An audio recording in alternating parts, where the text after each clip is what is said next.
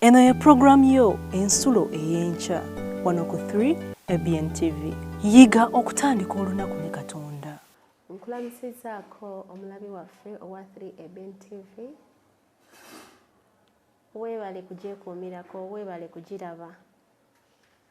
Nkakasiza ddala nga Katonda affe akunkuumidde bulungi sayidi eyo gy'oli.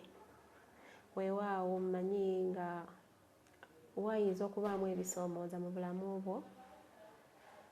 Kituufu kubanga ne Mukama waffe Yesu Kristo yabitugamba nti mu nsi mulimu ennaku tebyo tebiyinza kubula, naye ate essubi we liri nti bijja kukoma bwe tunaaba nga tuvudde mu nsi eno ey'ekibi. Nkwanirizaako ku puroguramu yaffe ensulo ey'enkya. Nze akulamusaako amannya Josephine Kateesigwa nga ndi musinza w'omu kyaki ya SDA Church Doha. Nsaba Mukama akumpeera omukisa nga tugenda mu kyokuyiga kyaffe eky'olwaleero. Ekyokuyiga kyaffe eky'olwaleero kiriko omutwe ogugamba nti obudde obwonooneddwa. Nsaba weewombeeke gy'oli w'oli awo tuweeyo okusaba nga tugenda okulaba obudde obungi buno obwonooneddwa. Katusabe. Omutukuvu Katonda kitaffe ajjudde ekisa n'okusaasira, tukwebaza kubanga otuwadde omukisa okubeera abalamu essaawa eno. Ffe baani okuba nga tukeesezza nga tukyassa omuka ogw'obulamu. Bangi basirikidde mu kiro, naye ffe Mukama otuzuukusizza. Si maanyi gaffe, si kufuba kwaffe n'akamu n'akatono, naye ekisa kyo nakwagala. Olina ensonga lwaki ffe otuleseewo tubeerewo abalamu essaawa eno. Kyetuva tukusaba Mukama, ensonga lwaki otuleseewo Mukama akkirize tukkirire mu bulamu bwaffe. Tuzze maaso go okubaako ebigambo bye tuyiga. Tusaba Mwoyo Omutukuvu wajje Mukama atuluŋŋamye tusobole okubitegeera wamu n'okubyetwalira. Kwe kusaba kwaffe n'okwebaza nga tubisa mu linnya egganzi ery'Omwana wa Yesu Kristo era omulokozi waffe. Amiina. Ekyokuyiga kyaffe eky'okunkya eno nga bwe mbagambye kiriko omutwe ogugamba nti obudde obwonooneddwa. Olunyiriri lw'okujjukira tulusanze mu Yobu ssuula 23 olunyiriri lwa 12. Nsaba okwata ebbayibuli yo tugende ffenna mu kitabo kya Yobu tusome olunyiriri luno ate tulabe bwe lutugamba.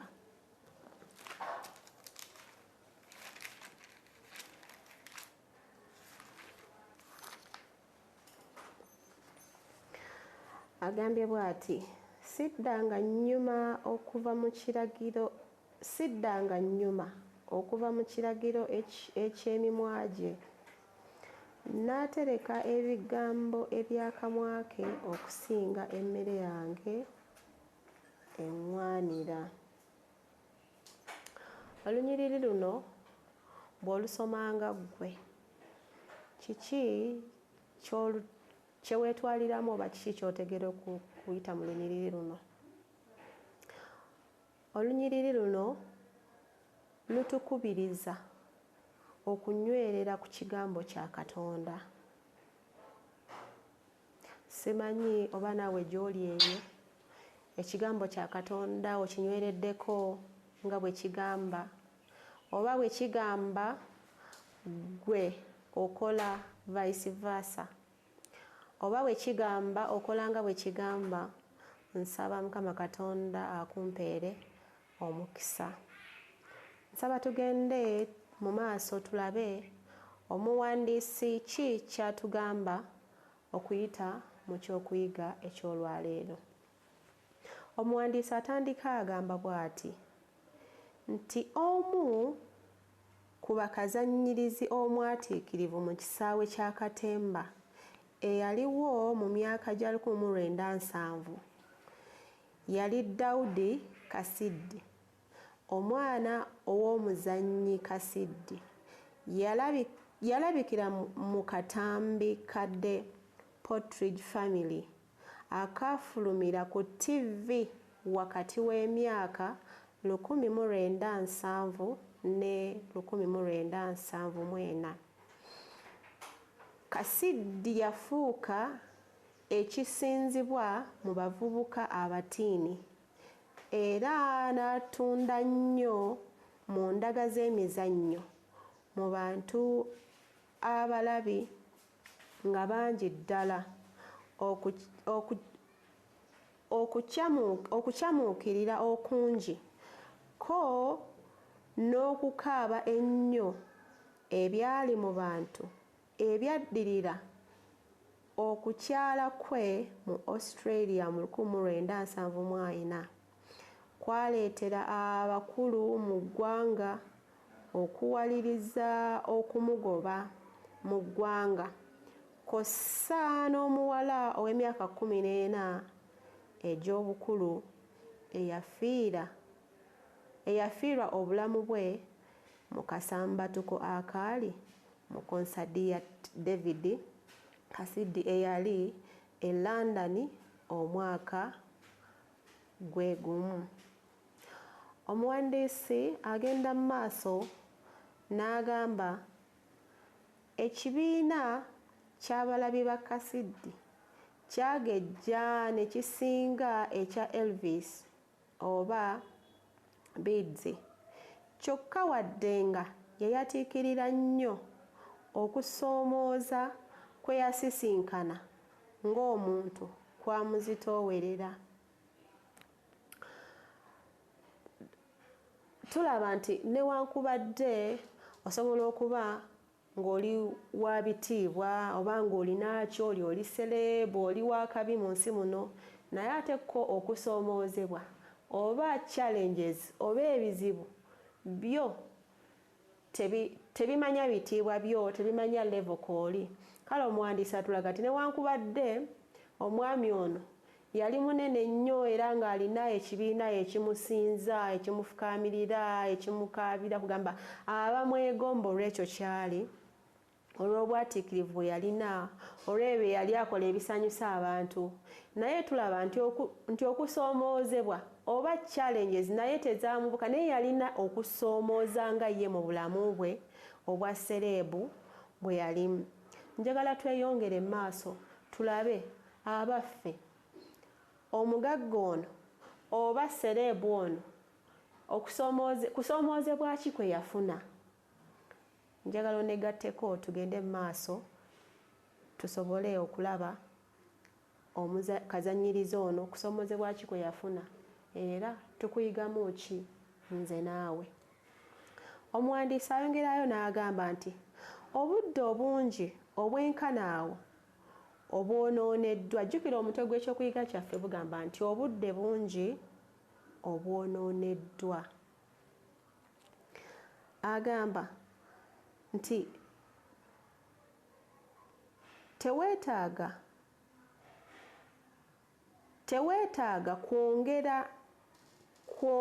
kwogera ekyo ku nkolaganayo ne Katonda. Nandiyinzizza okusemberera Katonda naye obudde bungi obwonooneddwa. Oyinza okuba ng'oli eyo ng'oli omu ku bantu abalowooza ng'ono ng'olaba waliwo kyewandibadde okoze eri omulimu gwa Katonda naye mu budde bwe wandikikoleddemu ng'ate okoleddemu bintu birala bitagasa bitalina gye bikutwala n'otandika okulaba nga ddala obudde obwonoonye mu kifo kye wandikozeemu omulimu gwa Katonda kye wandikozeemu okubunyisa amawulire ag'obulokozi wabula okozeemu ebyo ebigasa ggwe nga ggwe ate ku nsi kuno ebitalina gye bikutwala. Omuwandiisi ayongerayo mu maaso n'agamba nti nandiyinzizza okutegeera Bayibuli okusingako awo ne mba n'essuubi erisingako mu bulamu bwange naye obudde obungi obwonooneddwa obudde obumaliddwa mu kutabagana ne Katonda oba mu kuweereza abalala bwe budde obusingako okukozesebwa obulungi. Bw'otunuulira ebigambo bino omuwandiisi byawandiise nti obudde bw'omala ng'oweereza Katonda bwe businga okubeera obulungi, obudde bw'omala ng'okola ebirungi, ng'okolera abantu ebirungi, ng'oweereza Katonda, obudde obwo bwe businga okubeera obulungi. Kisingako okwonoona obudde ng'okola ebitakugasa, ebitalina gye bikutwala. Lwaki oyonoona obudde bw'ogenda okwejjusa nti singa namanya, so nga osobola okukikola kati n'olema kwejjusa? Tweyongere mu maaso tulabe lwaki omuwandiisi atugamba nti obudde bungi obwonooneddwa.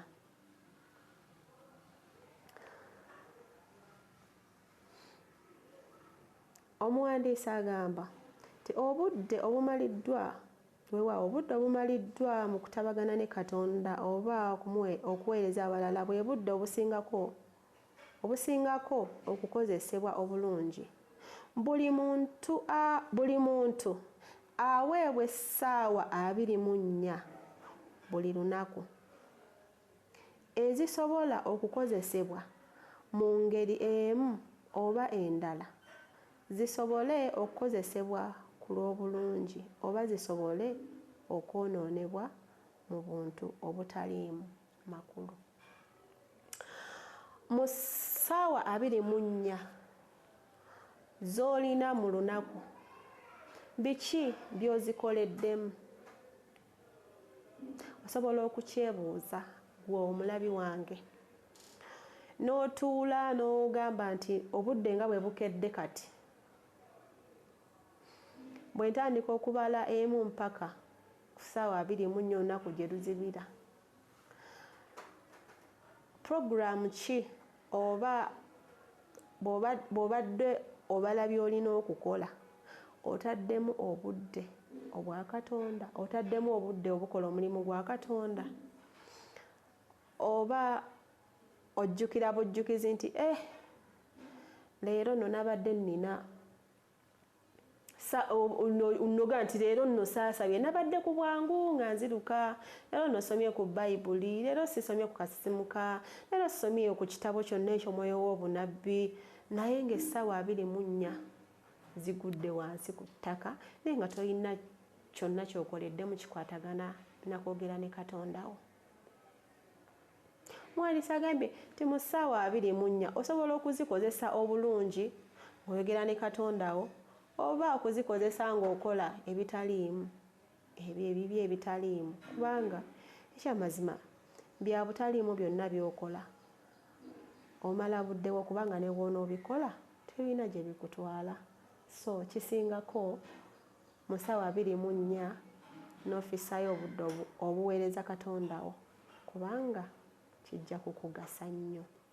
Katweyongere mu maaso omulabi wange tulabe omuwandiisi kyayongera okutulaga mu budde obwonooneddwa. Omuwandiisi agamba tewali talanta Katonda gye yawa gy'alivunaana mu kuwaayo mbalirira esinga ey'obudde. Tewali talanta Katonda gy'alivunaana, gy'alikuvunaana, gy'alinvunaana esinga ey'obudde.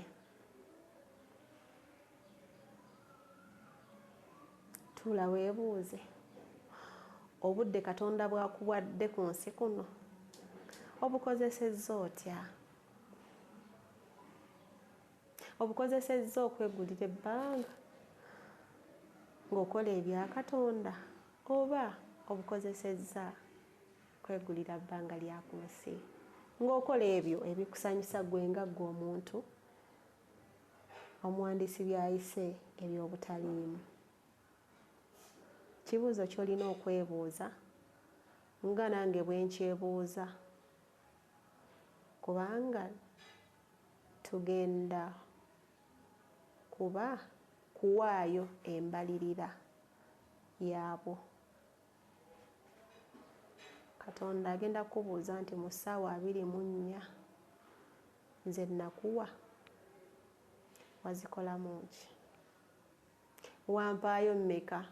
Ekyamazima kijja kuba kyannaku nga tolinayo yadde essaawa emu mu ssaawa 24 gye wawaayo okwogera ne Katonda oba gye wawaayo okukola omulimu gwe.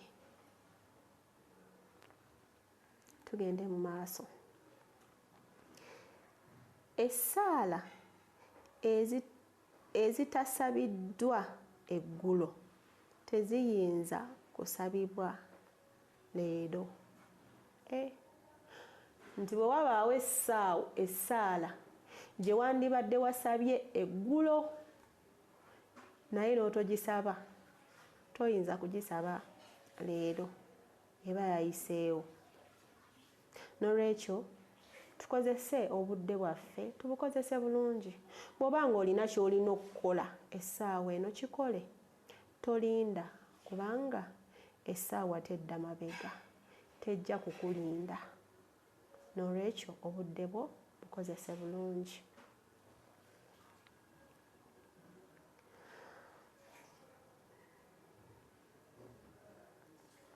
Omuwandiisi agenda mu maaso n'agamba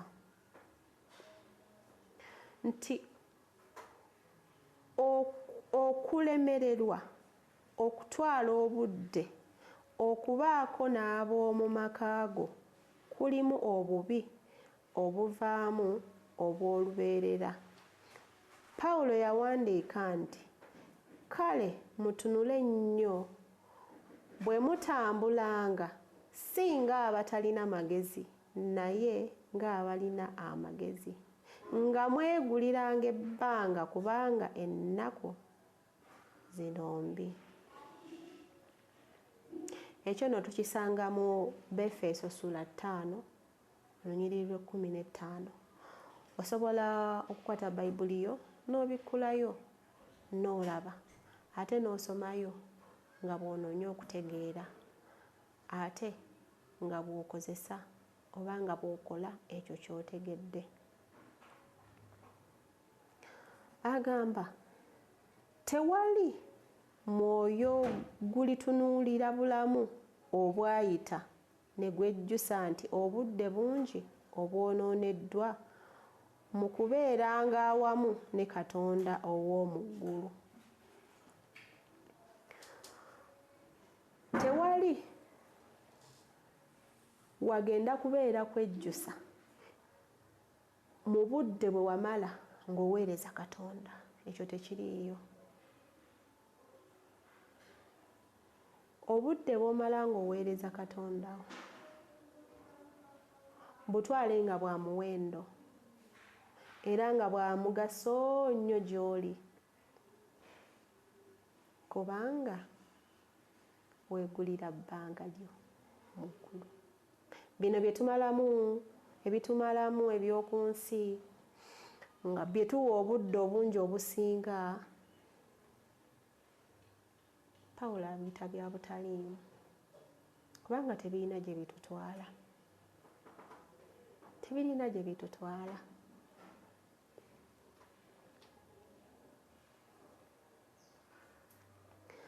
Okuyiga okutwalanga obudde nga kikulu ko n'okusanga Katonda kye kintu abaana ba Katonda kye batalyejjusa. Tewali agenda kwejjusa budde bwe yamala ng'aweereza Katonda, oyo taliiyo. Wabula eyamala obudde bwe ng'akola ebibye nga ye ebimusanyusa, kubanga byo ebya Katonda abantu abasinga tubirabanga ebibowa, tetubiwa budde kubanga oluusi tulabanga ebitakola makulu mu bulamu bwaffe obwakakati nga tukyayagala amasanyu mangi, kugamba omubiri gukyatutuma kino nakiri, okwegomba kulinga kwegomba oyagala kiri nakiri, kugamba buli ddakiika gy'omala nga tolina kyokoze ku kuzimba bulamu bwo obwo ku nsi olaba nga ogifiirwa. naye ate byonna bya butaliimu kubanga tugenda kubireka wano ku nsi. Naye tewali yadde eddakiika gy'olyejjusa gye wakozesa ng'oweereza Katonda wo. Nsaba ebigambo bino omulabi wange obitwale nga bya nsonga kubanga bigambo bya bulokozi. Leka kubanga ojja kubeera mu abo abalyejjusa nti obudde bwange bwe nnamala bwe nayonoona nga nkola kino na kino kale singa nabuweerezaamu Katonda. Okyalina omukisa ogukola ekyo kati kubanga obudde bukyaliwo. Okyalina omukisa ogukyusa ebyo by'olaba nga oluusi bibadde bikyagaanye. Obadde okyamalira obudde bungi nnyo mu kukola ebyo gwe by'olaba nga eby'omugaso mu bulamu bwo obw'ensi so nga ate tebirina mugaso. Okyalina omukisa ogukyusaamu obudde bw'obadde owa Katonda oba obadde omuwa eddakiika emu oba ddakiika 3 oba ssaawa n'okyusaamu noba nga Katonda gw'osinga okuwa obudde. Nsaba Mukama Katonda akusaasire nga nange bwansaasira ng'olowooza ku bigambo bino obudde obwonooneddwa obikozese bulungi oleme kwonoona budde. Nsaba Mukama Katonda akumpeera omukisa. Nja kusaba tukome wano nate tunaddamu olundi naye nga sinaba kusiibula nsaba weewombeeke wooli tuweeyo okusaba ate katufundikira puroguramu yaffe eno. Katusabe. Omutukuvu Katonda kitaffe ajudde ekisa n'okusaasira, tukwebaza kubanga otuwadde omukisa okuyiga ku bigambo byo bino. Tusaba Mukama otusaasire kubanga weewaawo tubadde tuwonoona obudde bungi okukola ebitalina mugaso. Tusaba Mukama tuleme kubeera mu abo abalyejjusa nga tugamba obudde waffe bwe twayonoona obungi. Mukama tusaba obudde waffe tubukozese bulungi.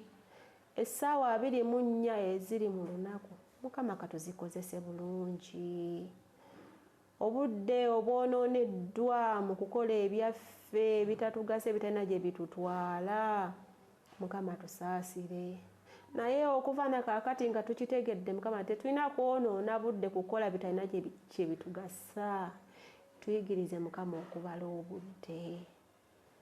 Taata waffe omulungi beera wamu naffe otuyigirize nga bulijjo otulungamye mu byonna bye tukola. Tuwe omukisa mu bye tukola Mukama. Ekisinga obukulu Mukama teekateeka obulamu bwaffe olw'akawuka obugenda okujja kubanga weewaawo obusembedde. Beera wamu naffe era ne bulijjo kwe kusaba kwaffe n'okwebaza wamu n'okwegayira nga tubisa mu linnya egganzi ery'omwana we Yesu Kristo era omulokozi waffe. Amiina. Omulabi waffe nsaba Mukama akumpeera omukisa nate tulabagane omulundi omulala. Yiga okutandika olunaku ne Katonda. Olwo nno ebisuubizo bye birabike gy'oli.